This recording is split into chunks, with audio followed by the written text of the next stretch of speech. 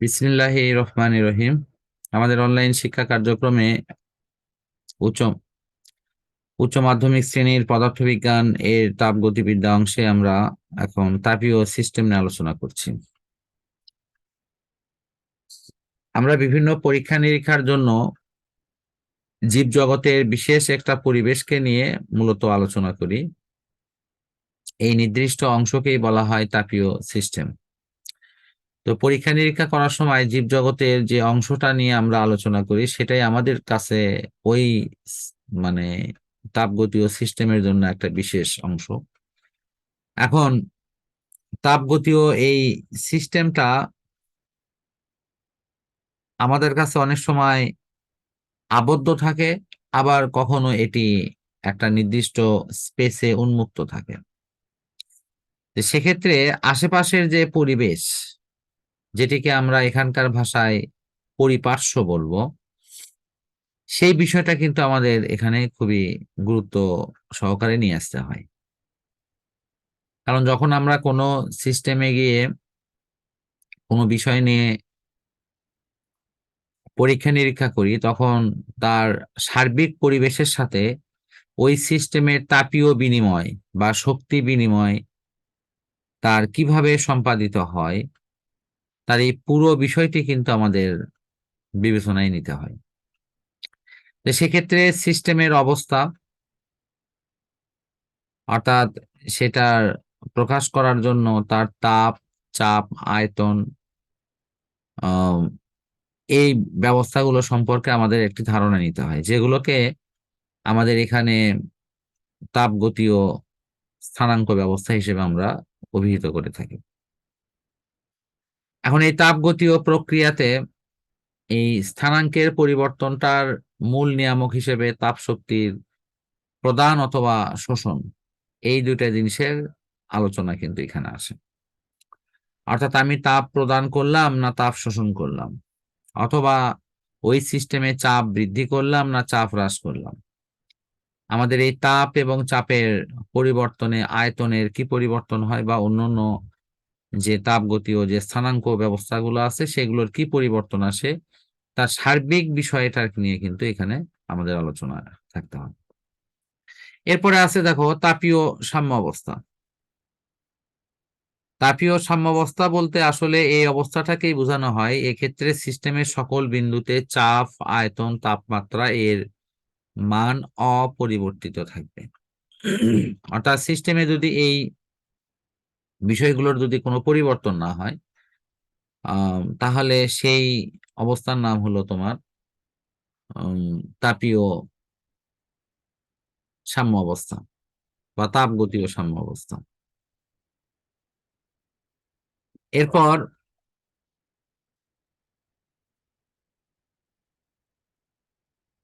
কোন সিস্টেমের কিছু অংশ অনেক সময় পরিবেশের সাথে তাপীয় বিনিময় ক্রিয়াটি কিন্তু করে থাকে।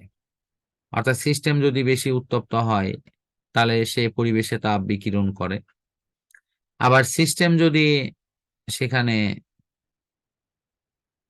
অপেক্ষাকৃত শীতল হয় তাহলে সে পরিবেশ থেকে তাপ শোষণ করে।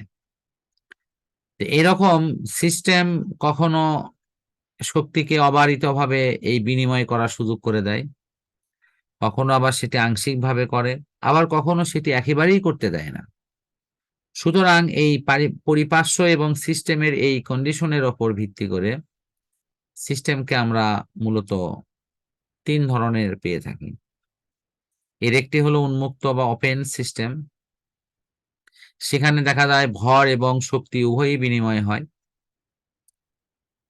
আহ আমাদের স্বাভাবিক যে উন্মুক্ত পরিবেশে আমরা যা কিছু নিয়ে উম, মানে পর্যালোচনা করি, সেখানে কিন্তু শক্তি এবং ভর উভয়ই বিনিময় করতে পারে। বদ্ধ সিস্টেম বা ক্লোজড সিস্টেম, সেখানে আমাদের ভরের বিনিময়টা বন্ধ থাকে কিন্তু শক্তির বিনিময়টা সেখানে চলতে পারে। এই ধরনের বিষয়টা এখানে থাকে। যেমন ঘর্ষণবিহীন কোন সিলিন্ডারের মধ্যে পিস্টন যাওয়া আসা করছে, সেখানে তাপ শক্তির পরিবর্তন যদি হয়, তো সেই পরিবর্তনের ক্ষেত্রে কিন্তু আমরা এই ধরনের বিষয়গুলো দেখে থাকি। এখন আসো আহ বিচ্ছিন্ন সিস্টেম, যেটাকে আমরা বলবো আইসোলেটেড, এটা আসলে কি?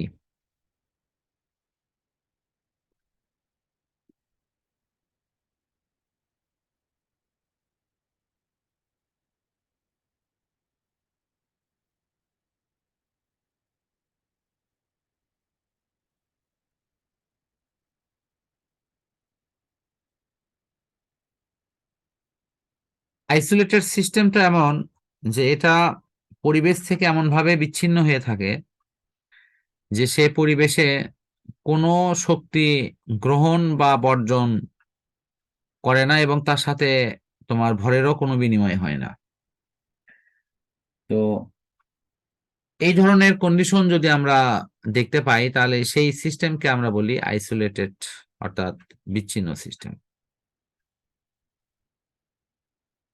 তো এই মহাবিশ্বে এরকম বিচ্ছিন্ন সিস্টেম তৈরি করা খুবই দুঃসাধ্য ব্যাপার। এখন এই সিস্টেমের যে পরিবর্তন, সেটাকে আমরা চার রূপে দেখাতে পারি, যেটি নিয়ে পূর্বে আলোচনা করা হয়েছে। একটা সমচাপ, একটা সমউষ্ণ, একটা রুদ্ধতাপীয়, আর একটা সম-আয়তন। এই আলোচনাগুলো হয়েছে তো মনে হয়। জি স্যার। আচ্ছা, আমি একটু মনে করে দেই। মনে হয় যে এখানে দেখো, চাপের হলো পি, তাপমাত্রার হলো টি, রুদ্ধতাপীয়র ক্ষেত্রে তাপের পরিমাণটা হলো কিউ, আর আয়তনেরটা হলো ভি। এই যে চারটে রাশি, এই চারটে রাশির মধ্যে যখন সমচাপ হবে, তখন শুধুমাত্র এই চাপটাকে স্থির করে, অর্থাৎ এই চাপকে স্থির করে বাকি সবেরই পরিবর্তন হবে। সমউষ্ণর ক্ষেত্রে এই তাপমাত্রাকে স্থির করে বাকি তিনটির পরিবর্তন আসবে।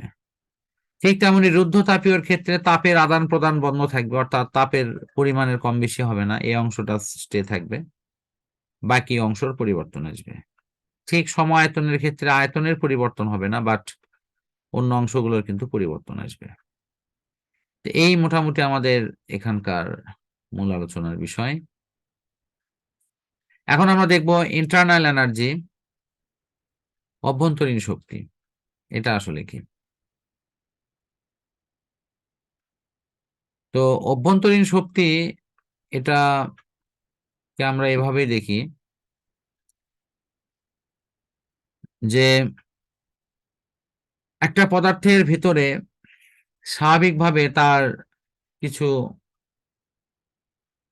অণুর যে কম্পন গতিশক্তি, ওই অণুকে বা ওই পরমাণুর সমাবেশকে যদি আমরা ভিন্ন ভিন্ন পরিবেশে রাখি, তাহলে তার মধ্যেও কিন্তু কিছু শক্তি সঞ্চিত হয়।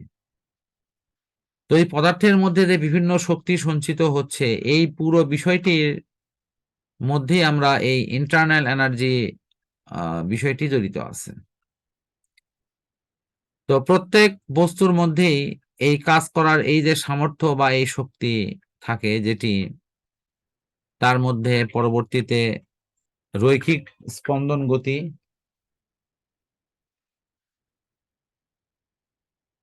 অথবা ঘূর্ণন গতি, নানা রকম শক্তির কিন্তু তারা উদ্ভব করে। সামষ্টিকভাবে এই পুরো সিস্টেমটাই হলো তোমার অভ্যন্তরীণ শক্তি হিসেবে অভিহিত। তার অভ্যন্তরীণ শক্তির ক্ষেত্রে আহ আমাদের পদার্থবিজ্ঞানে সবচেয়ে বেশি জোর দেওয়া হয় হলো ওই পদার্থের অণুর কম্পন গতিশক্তিকে, যেটার বহিঃপ্রকাশ হিসেবে তাপ শক্তি বা অন্যান্য শক্তিগুলো কিন্তু পরবর্তীতে চলে আসে। তবে একমাত্র স্পন্দন গতি বা অণুর ওই ভাইব্রেশনটা শুধু নয়, এর সাথে আরো আনুষঙ্গিক অনেকগুলো শক্তির সমন্বিত অবস্থান থেকে এই ইন্টারনাল এনার্জিকে বিবেচনায় নেওয়া হয়। তো ইন্টারনাল এনার্জির যেগুলো মানে নির্ভরযোগ্যতা, সেই বিষয়গুলো নিয়ে তুমি এখানে দেখতে পারো। এখানে আদর্শ গ্যাসের ক্ষেত্রে শক্তির মানের বিষয়টি উল্লেখ আছে। তরল পদার্থের ক্ষেত্রে তার অভ্যন্তরীণ শক্তি নিয়ে আলোচনা আছে। ঠিক তেমনি গ্যাসের ক্ষেত্রে আছে।